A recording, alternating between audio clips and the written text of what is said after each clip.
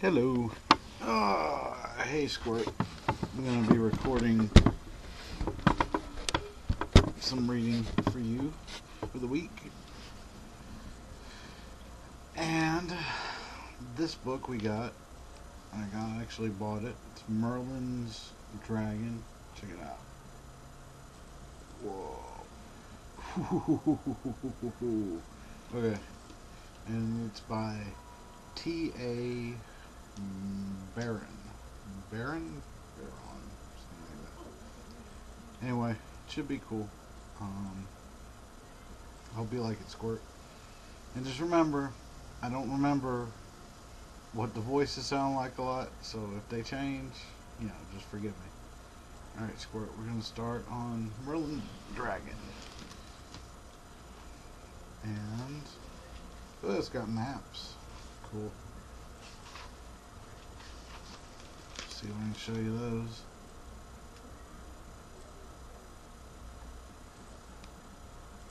So I'm going to get it straight for you. This is the legendary Isle of Fincaria. And this apparently is Avalon.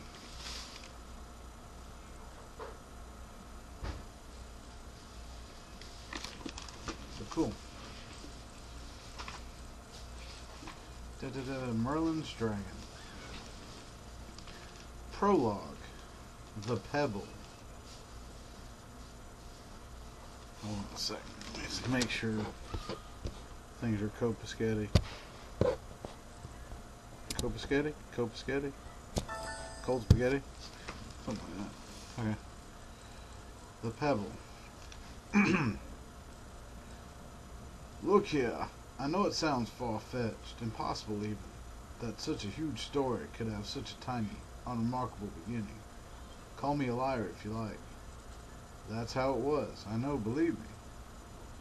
Just as I know more than most about the surprising nature of beginnings, for I happen to be right there, at the start. 3 years before the birth of Avalon. A pebble, half buried by other pebbles, sat beside the river, even though it was surrounded by thousands of bland, forgettable pebbles. This one was more forgettable than most. There was nothing special at all about it. Nothing. Except, perhaps, that this pebble attracted plenty of abuse, more than its share. Even before the unfortunate seagull incident, it seemed to be a magnet for all sorts of indignities. That's indignities. You'll figure it out. More than any other pebble on the shore, this one had been scraped by claws, poked by beaks, squeezed by jaws of hungry creatures who had mistaken it for an egg and then spat it out with disgust. One small beetle, attracted by the pebble's mottled green color, which nearly matched its own, had tried to lay its eggs right on top of it, but the beetle's body kept slipping off the smooth surface. Finally, with an angry hiss, the beetle kicked the pebble hard several times and scurried off. On this particular morning, a rather chubby seagull with splayed wing feathers waddled along the bank of the river, unceasing, looking for something. His beady black eyes flitted about, scanning the tumbled mass of pebbles that lined the water's edge. Heavy mist clung to the river at its banks, making visibility difficult. But one particular pebble, mottled green in color, caught the gull's attention. With a crack of his beak, the seagull waddled over. He studied the pebble, inspecting the rounded shape, polished contours of greenish hue. Squawking with approval, the bird moved closer, set his plump bottom on the pebble, and dumped a large, gooey mass of guano. That's poop. Without so much as a backward glance, the bird rustled his wings and waddled off. Meanwhile, the reeking gray excrement oozed across the pebble. That's runny poop. 2 years before the birth of Avalon. Darker than the heavy mist along the river, a shadow formed on the opposite bank. Slowly, the blurry shape approached, slogging through the chill water. As it drew closer to the pebble side of the river, the shadow hardened into a thin, two-legged figure. It seemed to be an old man, bent with age, not at all frightening, except for the huge curved blade he carried, and a look of grim, messianic certitude.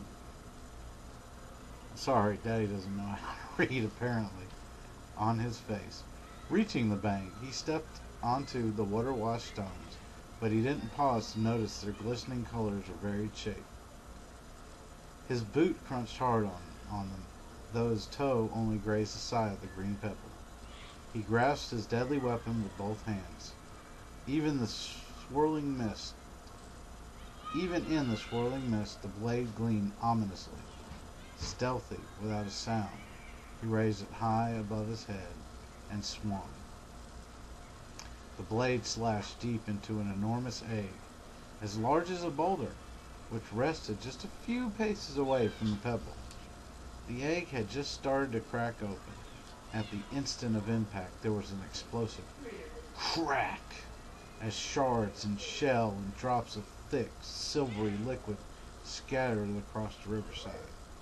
From inside the egg came a painful whimper, more a whisper than a cry.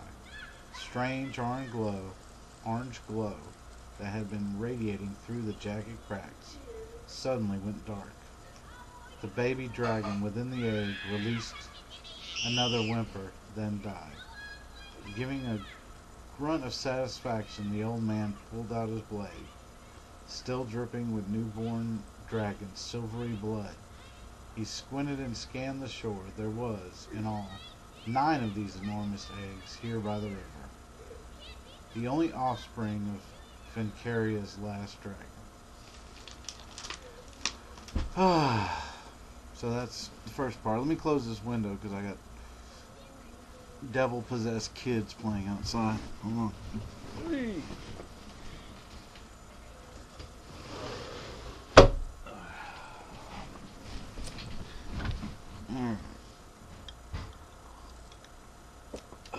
Good so far?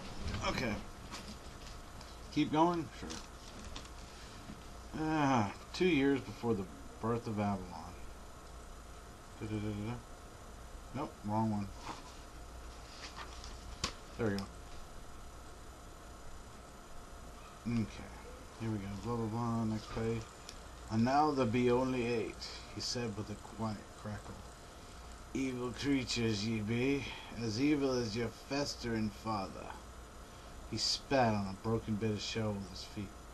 That's what I say to your miserable face, wings of fire. For a moment he glowered at the severed eggs, where one lifeless claw protruded from an opening. He knew that this egg, like the others, had rested here by the river undisturbed for centuries, many centuries. For though he understood very little about magical creatures, he did know this much. The more magical the being, the longer it took to be born. And nowhere on this island of Fincaria was there any creature more magical than a dragon. Yet this glimmer of knowledge, that he just killed something that had taken so long in its quiet incubation, its preparation for life, didn't trouble him in the least. Quite the opposite. No hope for you now, you wicked little beast, he growled. When your scaly body dies, your wicked magic also dies. And soon this island will be rid of your kind forever. Lifting the blade again, he strode over to the next egg. Even as he neared, a hole opened in the shell. Through it pushed a twisted, gangling arm, covered with iridescent purple scales. Then came a bony shoulder, dripping with lavender-colored ooze, and a crumpled fold of skin that vaguely resembled a wing. Finally, the head poked out, supported by a thin neck flecked with scarlet scales. The newborn dragon blinked her 2 triangular eyes, adjusting to the misty brightness. Orange light poured from them, as if they glowed hotter than fire coals. Then, raising one of her claws, she tried to scratch the bright yellow bump on her forehead, but she missed and poked her tender nose instead. Whimpering, she stood on her head, making her long blue ears flap against her face. Strangely, when she stopped, her right ear didn't droop down again. Instead, it stuck out sideways, more like a horn than an ear. Suddenly, sensing danger, she froze. Right beside her stood another creature, whose own eyes flashed menacingly. Above the creature's head, something sharp glinted. The blade slashed down. Another agonized whimper, almost a screech, echoed along the bank. The river continued to flow, its surface now tinted with thin streams of silver. Not far away, down to the water's edge, the small green pebble quivered slightly, almost as if it somehow sensed the baby dragon's agony. From deep beneath its hard surface came a thin, plaintive cry, for it, too, was a kind of egg.